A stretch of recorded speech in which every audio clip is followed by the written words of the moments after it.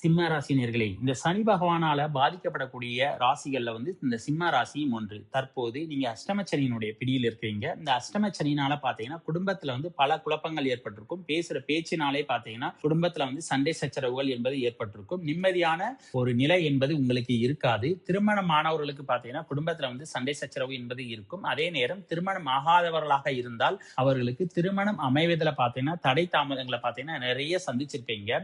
இந்த நேரத்துல பார்த்தீங்கன்னா, சுக்கிர பகவான் உங்களுடைய ராசிக்கு 8ஆம் இடத்துல பார்த்தீங்கன்னா உச்சமாகிறார். அதாவது ஒரு சுப கிரகம் பார்த்தீங்கன்னா உங்களுடைய ராசிக்கு 8ல உச்சமாகிறதுனால நிச்சயம் உங்களுக்கு நல்ல பலன்களை செய்வதற்கு காத்திருக்கிறார்.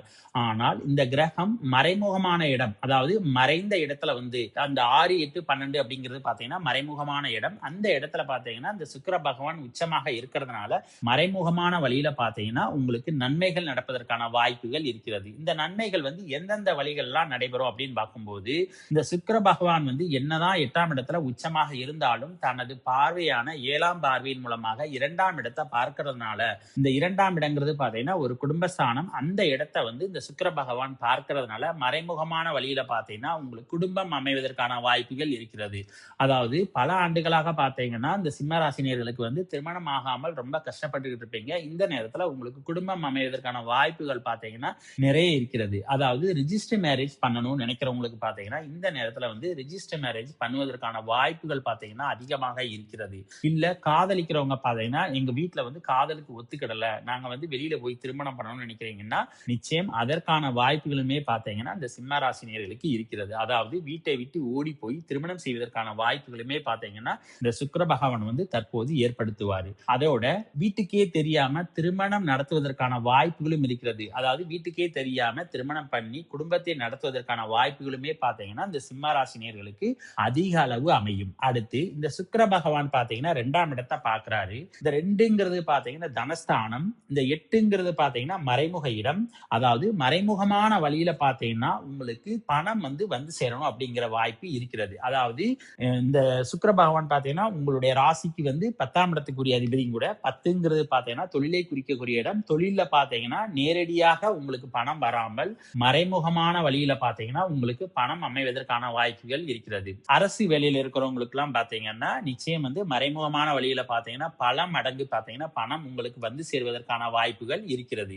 ஏன்னா இந்த சுக்கிர பகவான் பணஸ்தானத்தையும் பார்க்கிறாரு. அதே நேரத்தில் இந்த சுக்கிர பகவான் பாத்தீங்கன்னா உங்க தொழில் ஸ்தானத்துக்குரிய கிரகம். அதனால மறைமுகமான வழியில பணம் சேரணும். அடுத்து 8ஆம் இடங்கிறது பாத்தீங்கன்னா திடீர் அதிர்ஷ்டத்தை குறிப்பிய இடம். அதனால திடீர் அதிர்ஷ்டத்தின் மூலமாக பாத்தீங்கன்னா பண வரவுகளும் ஏற்படும். அதே நேரம் பல வழிகள்ல பாத்தீங்கன்னா நன்மைகள் உங்களுக்கு வருவதற்கு வாய்ப்பு இருக்கிறது. இந்த சனி பகவான் பாத்தீங்கன்னா ஆயுள்காரகன். அவர் என்னன்னா உங்களுடைய ராசிக்கு 8ஆம் இடத்துல இருக்கிறதுனால உங்களுடைய ஆயுள் பாத்தீங்கன்னா தீர்க்க ஆயுள், அதாவது உங்களுடைய ஆயுள் கெட்டி. இந்த நேரத்துல சுக்கிர பகவானுமே பாத்தீங்கன்னா 8ஆம் இடத்துல உச்சமாக இருக்கிறதுனால உங்களுடைய ஆயுள் பலம் என்பது அதிகரிப்பதற்கான வாய்ப்புகள் இருக்கிறது.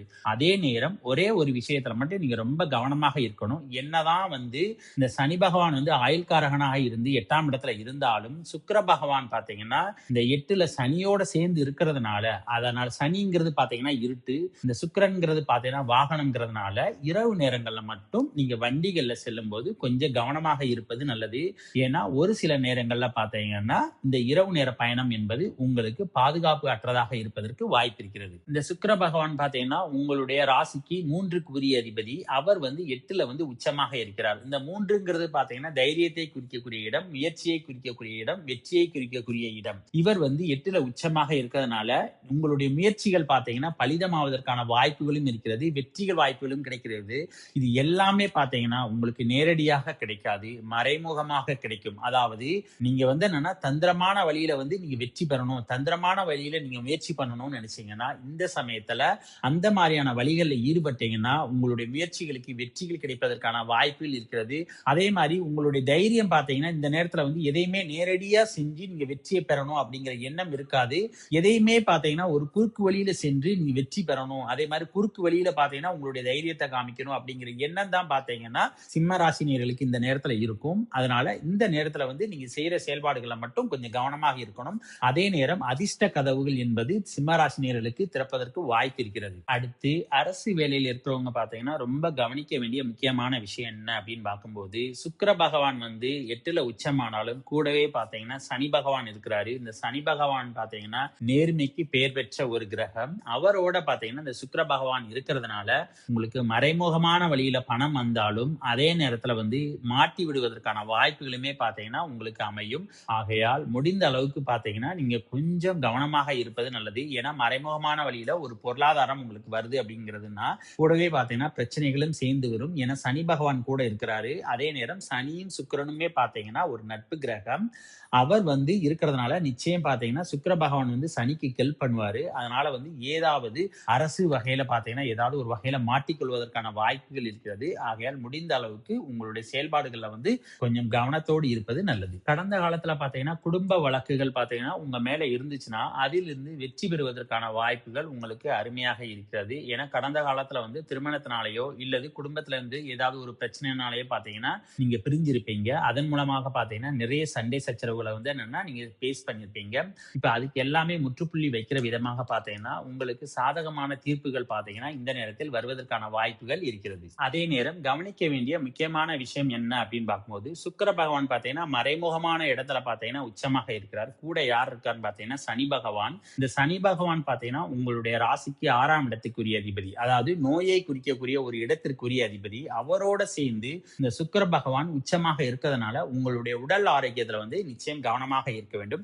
எந்த இடத்துல ரொம்ப கவனமாக இருக்கணும் அப்படின்னு பாத்தீங்கன்னா மறைமுகமான உறுப்புகள்ல வந்து ஏதாவது பிரச்சனைகள் வருவதற்கு வாய்ப்பு இருக்கிறது. அந்த மாதிரியான இடங்கள்ல வந்து ஏதாவது ஒரு சின்ன பிரச்சனை வருது அப்படின்னு பாத்தீங்கன்னா ஆரம்பத்திலே வந்து பார்த்துக் கொள்வது நல்லது. இல்லை என்றால் நீங்க வந்து நிறைய விளைவுகளை சந்திக்க வேண்டிய சூழலும் ஏற்படும். அடுத்து உங்களுடைய பாதங்கள்ல பாத்தீங்கன்னா ஏதாவது நரம்பு சம்பந்தமான தொந்தரவுகள் ஏற்படுதா அப்படிங்கிறத பாருங்க.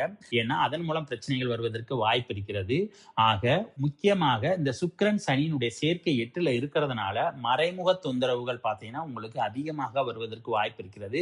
அதனால உடல் ஆரோக்கியத்துல வந்து கொஞ்சம் கவனமாக இருப்பது நல்லது. இந்த நேரத்துல தாய் மாமனுக்கும் உங்களுக்குமான உறவுகள்ல பாத்தீங்கன்னா கொஞ்சம் கவனமாக இருக்க வேண்டும். இல்லை என்றால் தேவையற்ற சண்டை சச்சரவுகள் என்பது உங்கள் இருவருக்கும் இடையே ஏற்படுவதற்கான வாய்ப்புகள் இருக்கிறது. அதே நேரம் பெண்களால ஏற்படக்கூடிய நோய்கள் பாத்தீங்கன்னா உங்களுக்கு வருவதற்கான வாய்ப்புகள் இருக்கிறது. அதனால கொஞ்சம் உடல் ஆரோக்கியத்துல வந்து கவனமாக இருப்பது நல்லது. நீங்க செய்யற காரியங்கள்ல கிடைக்கக்கூடிய வெற்றிகள் எல்லாமே பாத்தீங்கன்னா உங்களுக்கு நேரடியாக பாத்தீங்கன்னா வந்து சேராது. எதுவுமே பாத்தீங்கன்னா மறைமுகமா தான் பாத்தீங்கன்னா உங்களை எல்லாருமே புகழ்ந்து பாராட்டுவார்கள். ஏன்னா நேரடியாக பாராட்டக்கூடிய வாய்ப்புகள் என்பது மிகவும் குறைவு. ஏன்னா 8ல உச்சமாக இருக்கிறதுனால நிச்சயம் நீங்க செய்கின்ற காரியங்களுக்காக பாத்தீங்கன்னா உங்களுக்கு பெயர் புகழ் செல்வாக்கு எல்லாமே வரும். ஆனால் எதுவுமே பாத்தீங்கன்னா உங்களுக்கு நேரடியா வராது. எல்லாமே பாத்தீங்கன்னா உங்களுக்கு மறைமுகமான வழியில, அதாவது நீங்க செய்யற நல்ல விஷயங்களை வந்து உங்ககிட்ட நேரடியாக சொல்லாமல் அடுத்தவர்களிடம் சொல்லி பெருமைப்பட்டுக் கொள்வார்கள். அரசாங்கத்துல வேலை பார்க்கறவங்க பாத்தீங்கன்னா ரொம்ப கவனமாக இருப்பது நல்லது. ஏன்னா சில விஷயங்கள்ல பாத்தீங்கன்னா ஏதாவது மாட்டிக்கொள்வதற்கு வாய்ப்பு இருக்கிறது. அதே நேரம் அரசியல் இருக்கிறவங்களுமே பாத்தீங்கன்னா செய்யற காரியங்கள்ல ரொம்ப கவனமாக இருக்க வேண்டும். ஏன்னா உங்களுக்கு நேரடி சப்போர்ட் என்பது மேலிடத்திலிருந்து கிடைக்காது. ஆனால் நீங்க செய்யற காரியங்களுக்கு பாராட்டு புகழ் எல்லாமே பாத்தீங்கன்னா உங்களுக்கு நிச்சயம் மறைமுகமான வழியில கிடைப்பதற்கான வாய்ப்புகள் இருக்கிறது. அதனால அரசியல் இருக்கிறவங்க பாத்தீங்கன்னா செய்யற காரியங்கள்ல கொஞ்சம் கவனமாக இருப்பது நல்லது. ஆக இந்த சுக்கிர பேச்சில பாத்தீங்கன்னா சுக்கிரன் என்னதான் உங்களுடைய ராசிக்கு 8ல போய் மறைஞ்சிருந்தாலும் உங்களுக்கு நன்மைகள் என்பது நேரடியாக கிடைக்காவிட்டாலும் மறைமுகமான வழியில பாத்தீங்கன்னா பல நன்மைகள் பாத்தீங்கன்னா உங்களுக்கு கிடைக்கிறது. இந்த அஷ்டமச்சனியில ஒரு சின்ன ரிலீஃப் அப்படின்னு தான் சொல்லணும். ஏன்னா அந்த அளவுக்கான நன்மைகள் பாத்தீங்கன்னா உங்களுக்கு நிச்சயம் வரப்போகிறது. ஆனால் நீங்க செய்யற விஷயங்கள்ல மட்டும் கவனத்தோடு செய்வது ரொம்ப நல்லது. மார்ச் 2ஆம் தேதி பாத்தீங்கன்னா சுக்கிர பகவானுடைய இடப்பெயர்ச்சி நடக்கிறது. அதாவது சுக்கிர பகவான் பாத்தீங்கன்னா கும்ப ராசியிலிருந்து மீன ராசிக்கு இடப்பெயர்ச்சி ஆகிறார். இந்த மீன ராசிக்கு வர்ற சுக்கிர பகவான் பாத்தீங்கன்னா ஒவ்வொரு ராசிக்கும் என்ன மாதிரியான பலன்களை கொடுக்க போறாரு அப்படிங்கறத நம்ம இந்த வீடியோல பார்க்க போறோம். அதுக்கு முன்னால நாம ஏன் இந்த சுக்கிர பேச்சுக்கு ரொம்ப முக்கியத்துவம் கொடுக்கிறோம் அப்படிங்கறத நீங்க முதல்ல தெரிஞ்சுக்கணும். ஏன்னா ஒவ்வொரு மாசமே பாத்தீங்கன்னா சுக்கிர பகவானுடைய இடப்பெயர்ச்சி நடக்கிறது. அதுக்கு எல்லாமே பாத்தீங்கன்னா நம்ம எந்த ஒரு பலனுமே பார்க்காமல், ஏன்னா பொதுவா மாத பலன்கள் சொல்லிட்டு அனைத்து கிரகங்களுடைய சேர்க்கையினுடைய பலன்களை தான் பார்க்கிறோம். ஆனால் இந்த சுக்கிர பகவானுடைய இடப்பெயர்ச்சிக்கு மட்டும் நம்ம அதிக முக்கியத்துவம் தர்றோம் அப்படின்னு பாத்தீங்கன்னா சுக்கிர பகவான் பாத்தீங்கன்னா மீன ராசிக்கு வரும்போது அதிக உச்ச பலத்தை வந்து பெறுகிறார். அதாவது இந்த மீனம் வீடு அப்படிங்கிறது பாத்தீங்கன்னா சுக்கிர பகவானுக்கு உச்ச வீடு. அதாவது 100% பவர் இருக்கக்கூடிய வீடு. அவர் வந்து 100% பவரோட இருக்கும்போது பாத்தீங்கன்னா நிறைய நல்ல பலன்கள் பாத்தீங்கன்னா ஸ்தான பலத்திற்கு ஏற்ப ஒவ்வொரு ராசிக்குமே பாத்தீங்கன்னா நிறைய நல்ல பலன்களை செய்வாரு. அடுத்து சுக்கிர பகவான் பாத்தீங்கன்னா எந்த வீட்டுல இருக்காருன்னு பார்க்கும்போது மீன வீட்டுல இருக்கிறாரு. இந்த மீன வீடு யாருடைய வீடுன்னு பார்க்கும்போது குரு பகவானுடைய வீடு. குரு பகவான் பாத்தீங்கன்னா இயற்கையிலே ஒரு சுப கிரகம். அந்த சுப கிரகத்தினுடைய வீட்டுல வந்து என்னன்னா இந்த சுக்கிர பகவான் வந்து என்னன்னா உச்சமாக இருக்கிறார்.